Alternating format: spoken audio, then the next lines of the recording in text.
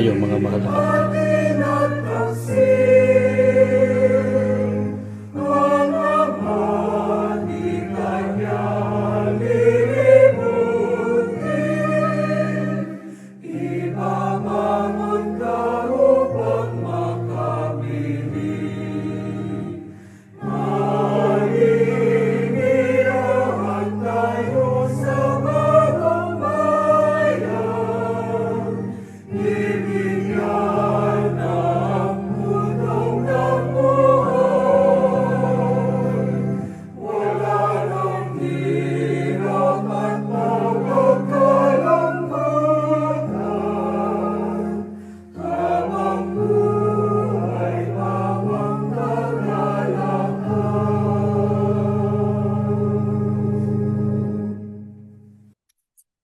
Ama namin Diyos, marami pong salamat, Ama.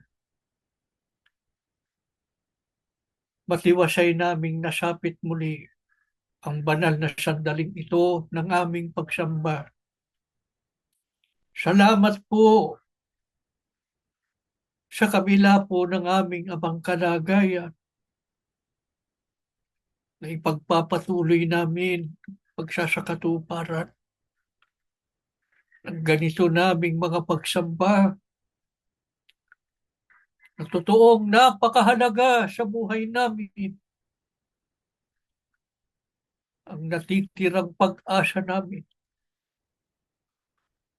para kami makapamalagi matatag sa pananampalataya. Salamat, Ama, di mo kami pinababayaan. Patig mo ang buhay namin sa kasalukuyan.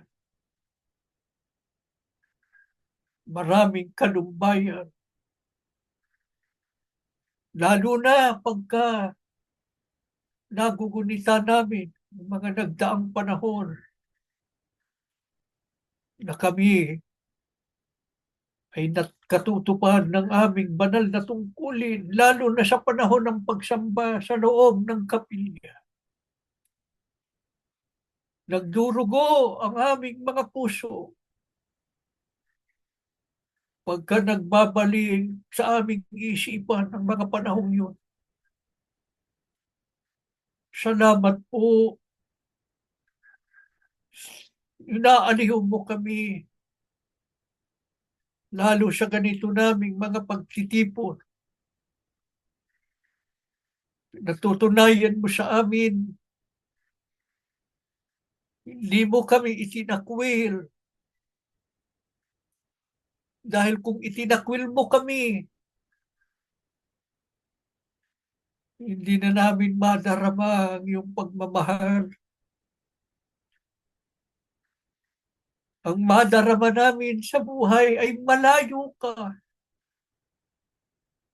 Ngunit Ama, sa panahong ito, ay lalo naming nadama ang iyong pag-ibig. Lalo naming napatunayan kung gaano po kabuti ang iyong mapagpalang kamay sa aming buhay.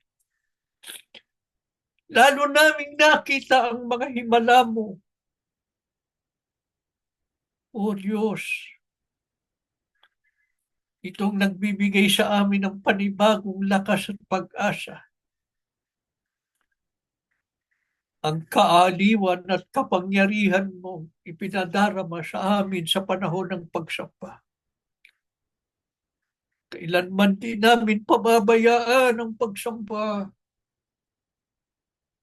Maawa ka na lamang, pakitanggapin mo kaming magkakapatid. Patawarin mo na kami, Ama, sa aming mga sala. At muli mong ibuhos sa amin saganang biyayang espiritual. Panginoong Hesus, ipamagitan mo po kami sa Ama. Huwag mo kaming pababayaan, Panginoon, sa pagtitipong ito.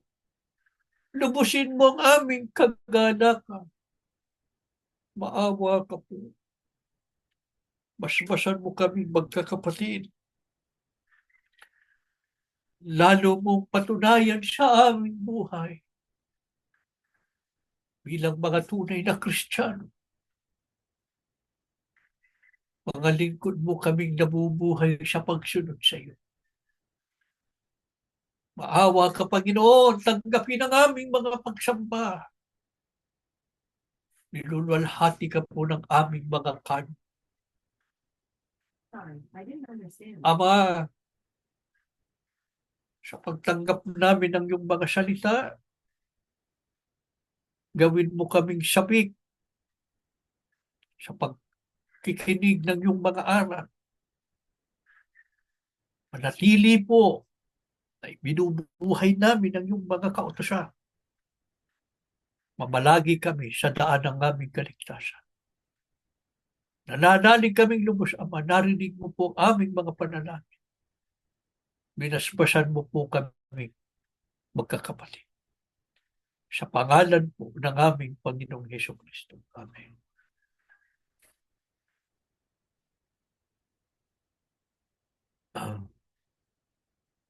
Mga mahal na kapatid, bagaman gumagamit din po ng Biblia ang mga nagtuturo na si Kristo ay Diyos.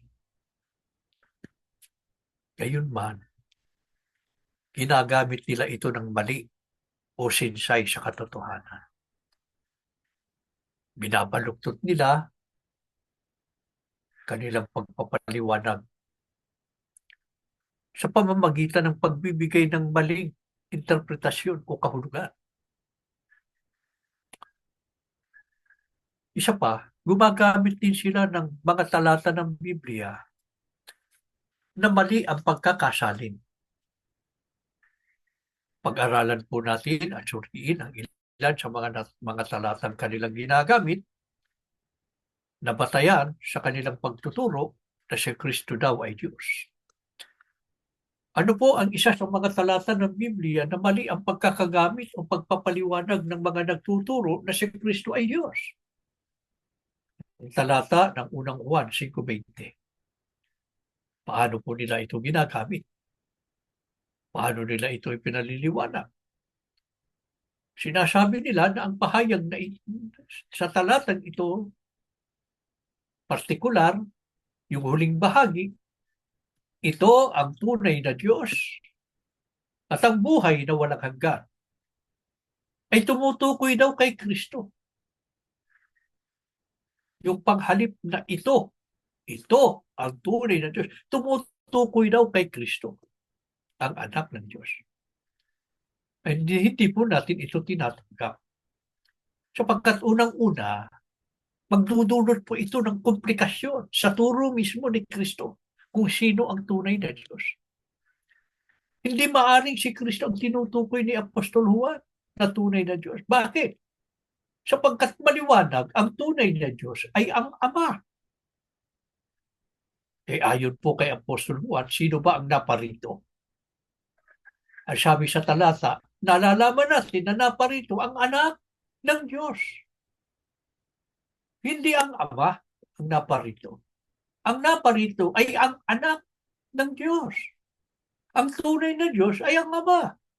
Ang naparito ay ang anak ng Diyos. Sino ba ang anak ng Diyos sa tinutukoy? Si Kristo. Ikalawa, yung sinasabi nilang si Kristo daw ang tunay na Diyos. Tinutukoy ng panghalip na ito, konklusyon lamang nila yun. Hindi naman sinabing si Kristo ang tunay na Diyos. Ang nakasulat, ito ang tunay na Diyos at ang buhay na walang hanggan. Konklusyon lang nila na ang tinutukoy ng panghalip na ito ay si Kristo lang. Hindi ito maaaring tumukoy kay Kristo. Yung panghalip na ito, sapagkat malinaw ang pahayag ng talata na naparito ang anak ng Diyos upang bigyan tayo ng pagkaunawa. Napansin ba niyo? At ipakilala kung sino ang tunay na Diyos at ang buhay na walang hanggan. Kaya ang layunin ng pagparito ni Kristo, anak ng Diyos, ay upang ipakilala ang tunay na Diyos. Kung si Kristo ang tunay na Diyos, sana ay pinakilala niya ang kanyang sarili. na siya nga ang tunay na Diyos. Ngunit wala pong talata ng Biblia na nagsasabing ipinakikilala ni Kristo ang kanyang sarili na Diyos. Sa halip, sino ang iisang tunay na Diyos na ipinakilala ni Kristo? Pansinin ninyo mga kapatid, ang sagot ay sulat din ni Apostol Juan. Juan 17:1 at 3. Ang sabi ng anak na si Kristo, Ama, ito ang buhay na walang hanggan, na ikaw ay makilala nila na iisang Diyos na tunay. So makatwid, ang Ama na nasa langit, ang nag-iisang tunay na Diyos na ipinakilala ni Kristo.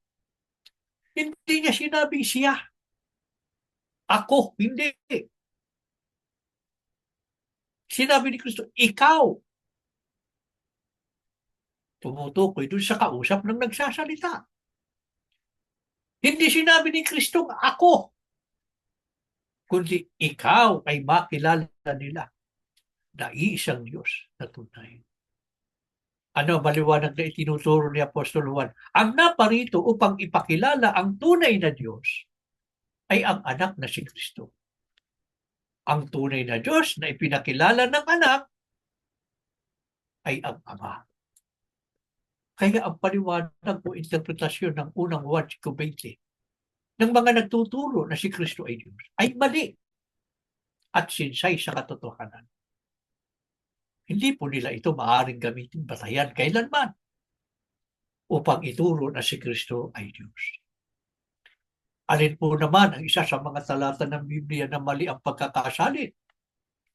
Kaya nagagamit ng mga nagtuturo si Kristo ay Diyos. Ang talata ng Roma 9:5. Doon sa salin, dating salin, o sa English version, ay King James Version, maling salin po yun. Doon talaga, lalabas na si Kristo ang Diyos. Pansinin ninyo, sinasabi nila na malinaw daw ang nakasulat sa talata na si Kristo, na siyang lalo sa lahat, ang Diyos na maluwalhati, magpakailanman. Kaya talagang, pag ito ang iyong binasa, lalabas na si Kristo talaga ay Diyos. Pero ang ating stand, ang ating paninindigan, ito ay maling salin. Bakit natin sinasabing maling salin? Ang nagsasaad na si Kristo ang tinutukoy na Diyos sa Roma 9:5. Alin mang salin ng Roma 9:5 na doon ay mababasa mo na si Kristo ang Diyos na lalo sa lahat, maling salin yun. Bakit? Sapagkat kapag inihambing natin ito sa ibang mga talata ng Biblia, hindi si Kristo ang ipinakikilala na siyang lalo sa lahat at Diyos na maluwalhati. Sino ba ang pinakilala niya? Ni Apostol Pablo. Si Apostol Pablo sumulat ng Roma. Siya ang pasagutin natin. Sino bang ipinakilala niya na siyang lalo sa lahat? Siya ang sumulat sa Efeso 4:6. Kaya pahayag din ito ni Apostol Pablo. Ano sagot niya? Ang sabi niya, isang Diyos at Ama ng lahat na siyang sumasa ibabaw sa lahat at sumasa lahat at nasa lahat. Napansin ba niyo? Hindi po sinabing isang Diyos at anak ng lahat. Malinaw ang nakasulat, isang Diyos at Ama ng lahat. Si Kristo ba ay Ama? Hindi. Si Kristo po ay isang anak. Kaya hindi siya ang Diyos at Ama, siyang lalo sa lahat. Sino rin ang ipinakikilala ni Apostol Pablo na Diyos na maluwalhati na dapat purihin? Si Apostol Pablo rin ang sasagot sa 2 Korinto 1:3. Sabi niya, purihin nawa ang Diyos at Ama ng ating Panginoong Hesukristo. Kaya ano tamang salin ng Roma 9:5? Ang saling Revised Standard Version. Ano po dapat nating mapansin? Sa talata, sa saling Revised Standard Version, to them belong the patriarchs, and of the race, according to the flesh, is the Christ.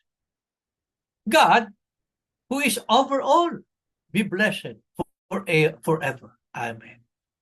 Sa Tagalog, na sa kanila ang mga magulang at sa kanilang lahi ayon sa laman ay ang Kristo. Period.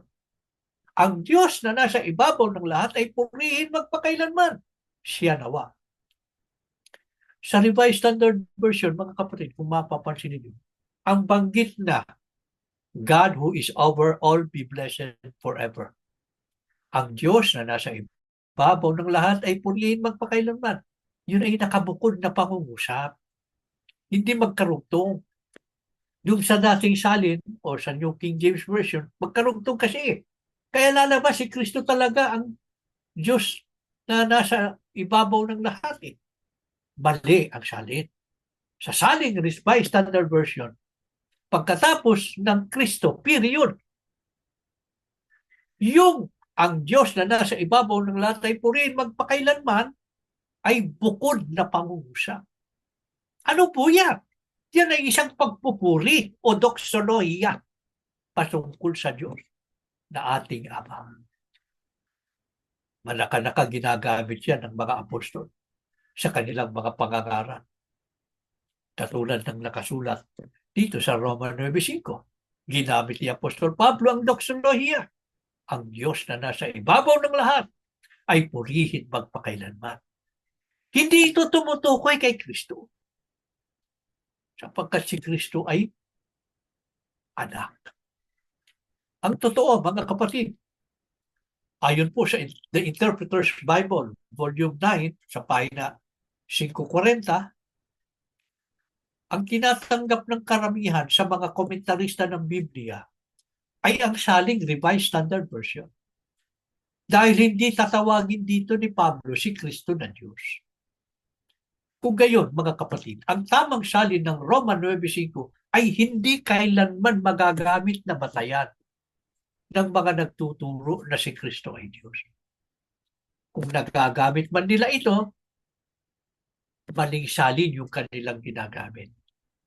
Pero kung ang gagamitin nila ay tamang salin ng Roma 9:5, gaya ng Revised Standard Version, hindi nila magagamit na batayan yan para ituro na si Kristo ay Diyos. Ano pang talata ng Biblia ang binibigyan ng maling paliwanag ng mga nagtuturong si Kristo ang tunay na Diyos? Ang talata ng Isaiah 9:6. Ano naman ang kanilang interpretasyon dito? Si Kristo daw ang tinutukoy na makapangyarihang Diyos. Bakit maling pakahulugan sa Biblia ang pagsasabing si Kristo ang tinutukoy na makapangyarihang Diyos sa talata? Isaiah 9:6. Sapagkat ang binabanggit na makapangyarihang Diyos sa talata ay iyon din ang walang hanggang Ama. Pansinin ninyo, mga kapatid, sa huling bahagi, ang kanyang pangalan ay tatawagin kamanga-manga, tagapayo, makapangyarihang Diyos, walang hanggang Ama. Napansin ba nyo? Makapangyarihang Diyos, walang hanggang Ama. Ang hinuhulaan ba ni Propeta Isaiah dito? Isang ama o isang anak? Malinaw ang nakasulat sa unang bahagi. Sa atin ay ipinanganak ang isang bata. Sa atin ay ibinigay ang isang anak na lalaki. O di kontra. Yung huling bahagi, at ang pamamahala ay maaatag sa kanyang balikat. At ang kanyang pangalan ay tatawagin kamanga-manga, tagapayo, makapangyarihang Diyos, walang hanggang Ama. Yung makapangyarihang Diyos, walang hanggang Ama. Ang tinutukoy na hinuhulaan ay isang anak. Kung gayon, hindi siya ang makapangyarihang Diyos. Sapagkat ang makapangyarihang Diyos ay yung walang hanggang Ama. Bakit tinatawag ng makapangyarihang Diyos? Yung tinutukoy. Alin ba ang tinutukoy na makapangyarihang Diyos sa Isaiah 9:6? Balikan natin, mga kapatid. Ang sabi sa talata, ang pamamahala ay maaatang sa kanyang balikat. At ang kanyang pangalan ay tatawagin kamanga-mangha, tagapayo, makapangyarihang Diyos, walang hanggang Ama. Sana napansin nyo, ang pamamahalang maaatang sa balikat ng anak ang siyang tatawagin kamangha-mangha, tagapayo, makapangyarihang Diyos, walang hanggang Ama. Pangulo ng Kapayapaan. Hindi mismo yung anak. Sapagkat ang tunay na Diyos, ang makapangyarihan Diyos, ay walang hanggang Ama. Samantalang ang tinutukoy sa talata, sa hula ng Isaiah 9:6 ay isang anak. Pero tanong, bakit ang pamamahalang maaatang kay Kristo ay tinatawag na makapangyarihan Diyos at walang hanggang Ama? Sapagkat ito'y nagmula sa Ama. Si Kristo mismo nagpatotoo. Ang sabi niya sa Mateo 28:18, ang lahat ng kapamahalaan sa langit at sa ibabaw ng lupa ay naibigay na sa akin. Pansinin ninyo mga kapatid, ang pamamahala o otoridad ay ibinigay lamang kay Kristo at hindi katutubong sa Kanya. Sino ang nagbigay sa anak na si Kristo ng kapamahalan sa langit at sa ibabaw ng lupa? Sa 11:27, ang sabi ni Kristo, ibinigay na sa akin ng aking Ama ang lahat ng bagay. Kaya yung pamamahalang maatang sa anak, tinatawag na makapangyarihang Diyos. Walang hanggang Ama, sapagkat yun ay galing sa Diyos. Yun ay ibinigay ng Ama sa Kanya. Pagdating ng takdang panahon, ano pong gagawin ni Kristo? Sa lahat ng kapangyarihan at kapamahalaang ibinigay sa Kanya ng Ama. Sa unang Korinto 15:27 hanggang 28, sabi ng Biblia, kapag ang lahat ay nasa ilalim na ng kapangyarihan ng anak, ipapailalim naman siya sa kapangyarihan ng Diyos. Na naglagay ng lahat ng bagay sa ilalim ng kapangyarihan niya. Sa gayon, ang Diyos ay mangingibabaw sa lahat. Kung gayon, mga kapatid, maliwanag po na si Kristo ay hindi ang tunay na Diyos. Mali ang pagkaunawa at paliwanag ng mga nagtuturo na si Kristo ay Diyos sa Isaiah 9:6. Hindi nila kailanman magagamit ang talatang ito upang palabasin na si Kristo ay Diyos. Napakapalad natin mga kaanib sa Iglesia ni Kristo. Sapagkat sa dinami-dami ng mga tao sa mundo, mga kapatid, tayo po ang nagtamo ng wasto at tamang pagkaunawa at kaalaman tungkol sa tunay na Diyos at sa tunay na likas na kalagayan ni Kristo.